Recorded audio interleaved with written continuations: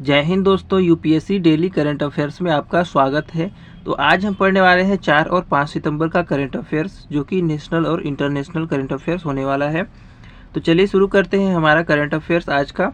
हाल ही में किस देश की उग्र भीड़ ने सांसदों को भारी भरकम आवास भत्ता दिए जाने के विरोध में संसद भवन में आग लगा दी है? तो देखिए, हाल ही में इंडोनेशिया देश की उग्र भीड़ ने सांसदों को भारी भरकम आवास भत्ता दिए जाने के विरोध में संसद भवन में आग लगा दी है।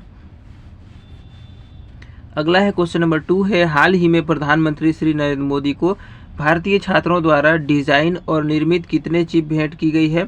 तो देखिए, हाल ही में प्रधानमंत्री श्री नरेंद्र मोदी को भारतीय छात्रों द्वारा डिजाइन और निर्मित 20 चिप भेंट की गई है। अगला है क्वेश्चन नंबर 3 है, प्रधानमंत्री नरेंद्र मोदी 27 से 31 अक्टूबर तक कहां आयोजित होने वाले भारत समुद्री सप्ताह में भाग लेंगे? तो देखिए, प्रधानमंत्री नरेंद्र मोदी 27 से 31 अक्टूबर तक मुंबई में आयोजित होने वाले भारत समुद्री सप्ताह में भाग लेने जा रहे हैं। अगला है 2 सितंबर 2025 को भारत और थाईलैंड के बीच संयुक्त सैन्य अभ्यास मैत्री XIV किस राज्य में प्रारंभ हुआ? तो देखिए, मेघालय में प्रारंभ हुआ है।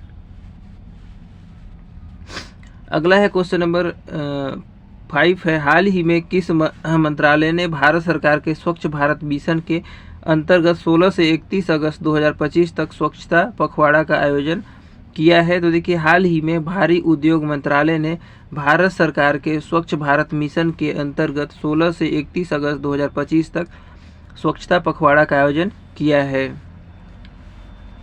अगला है क्वेश्चन नंबर 6 हो जाएगा, भारतीय नौसेना के प्रथम प्रशिक्षण स्क्वाड्रन 1TS का जहाज 1 सितंबर 2025 को किस देश के विक्टोरिया पोर्ट पर पहुंचा?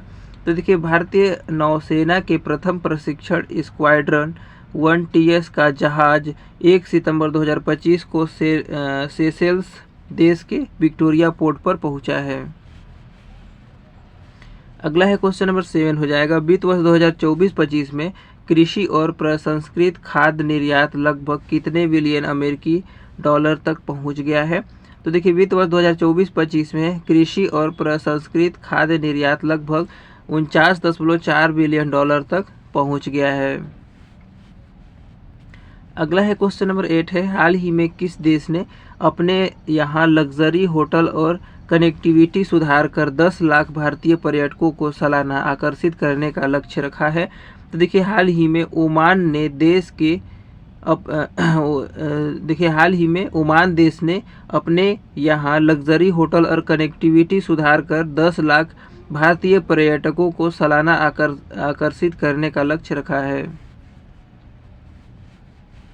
अगला है क्वेश्चन नंबर 9 हो जाएगा, अगस्त 2025 में सकल GST कलेक्शन 6.5% से बढ़कर कितने लाख करोड़ रुपए तक पहुंच गया है? तो देखिए, अगस्त 2025 में सकल GST कलेक्शन 6.5% से बढ़कर 1.86 लाख करोड़ रुपए तक पहुंच गया है।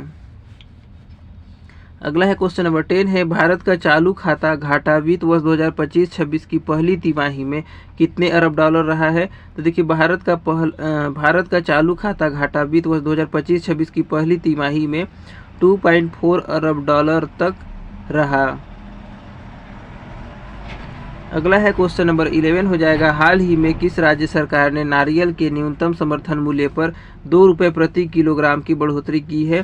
तो देखिए, हाल ही में केरल राज्य सरकार ने नारियल के न्यूनतम समर्थन मूल्य पर 2 रुपये प्रति किलोग्राम की बढ़ोतरी की है।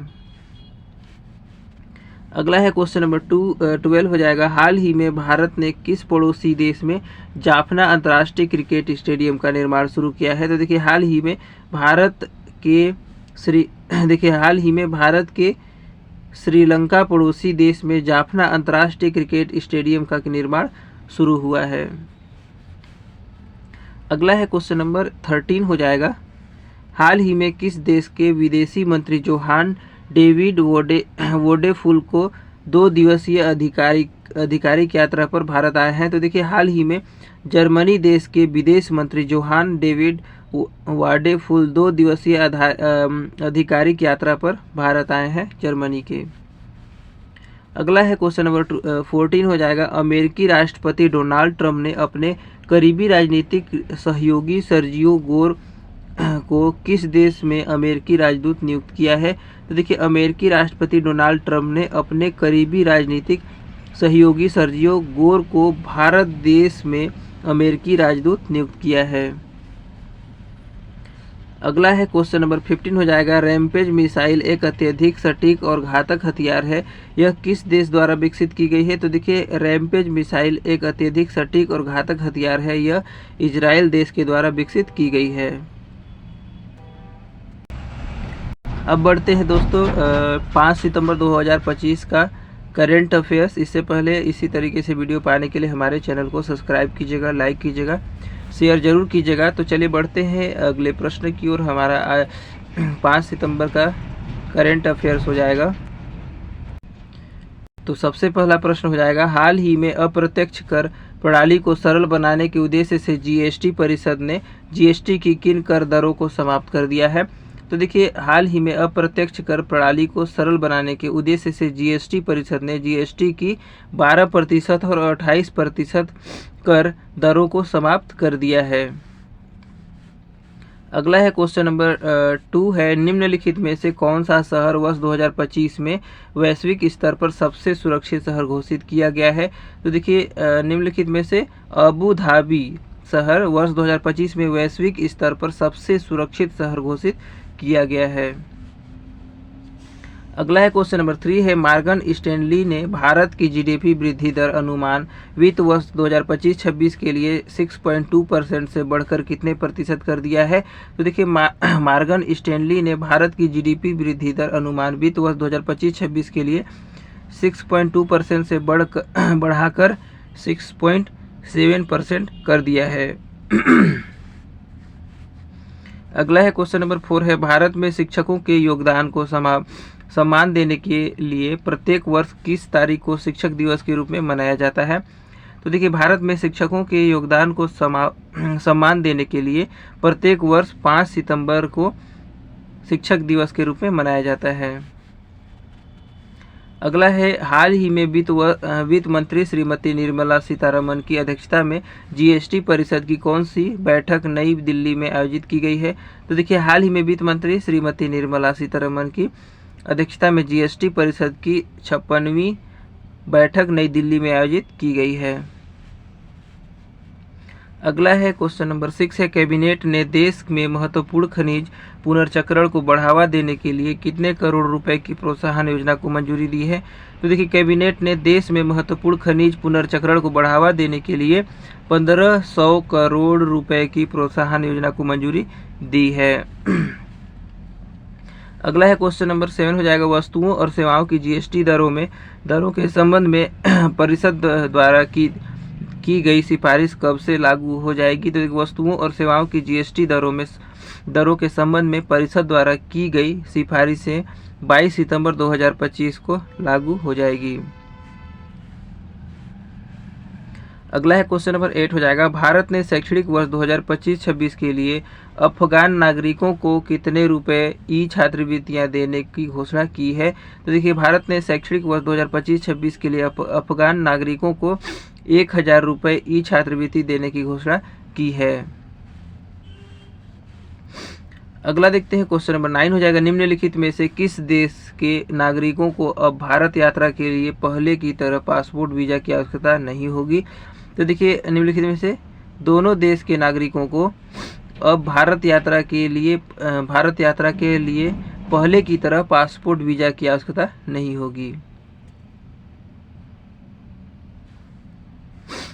अगला देखते हैं क्वेश्चन नंबर 10 हो जाएगा। जीएसटी परिषद ने स्वास्थ्य बीमा को जीएसटी के किस कर स्लैब में शामिल कर दिया है? तो देखिए, जीएसटी परिषद ने स्वास्थ्य बीमा को जीएसटी के 0% स्लैब में शामिल कर दिया है। अगला देखते हैं क्वेश्चन नंबर 11 हो जाएगा।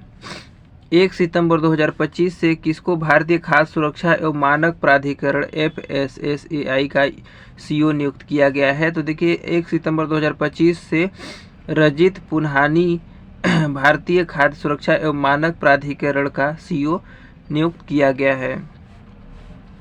अगला देखते हैं, क्वेश्चन नंबर 12 हो जाएगा, एसबीआई की रिसर्च रिपोर्ट के अनुसार जीएसटी दर में संशोधन से सालाना राजस्व घाटा कितने करोड़ रुपए होने का अनुमान है।